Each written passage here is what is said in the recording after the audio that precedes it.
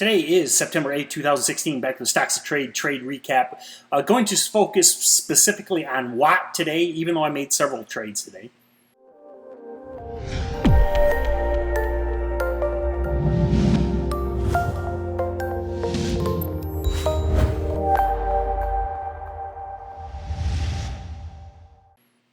So check the social media, traded Twitter today, traded CLRB, but I want to focus specifically on Watt.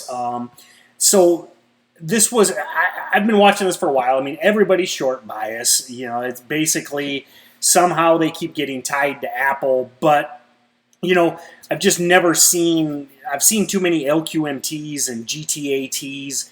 It just never seems like any of these like technology vendors ever, you know, get deals or anything ever goes anywhere with Apple. I mean, like GTAT, I mean, they basically had a deal with Apple, I believe, and then they went bankrupt and Apple picked up their factories for pennies on the dollar or whatever. So an LQMT never went anywhere. There's never been liquid metal in any of the Apple products. So a lot of people are thinking the same thing as me, though. So I did not short this into this big drop, even though I wanted to chase. But I knew the Apple event was coming. And, you know, if Apple talked about wireless charging, this thing could rip, no doubt. I mean, it would, if they came out and the iPhone 7 had wireless charging, you know, then that would prove the long thesis that Watt could be in play. So I just kind of bided my time, and I set an alert at 18 with anticipation that it would probably spike into the Apple event, and then,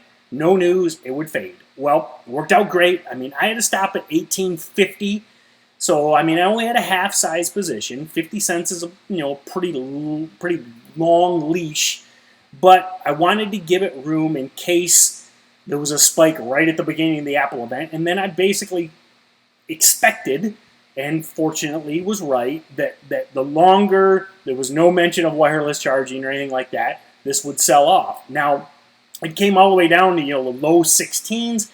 It didn't cover, probably getting a little greedy, but I just wanted to, you know, I wanted less than 16. That was my trade plan. I mean, I was targeting $2+ a share, risking 50 cents a share. And yeah, it ground back, but I mean, it closed in the 1740, 1750s. So I'm still up 50 cents at that point. And then it played out exactly like I wanted.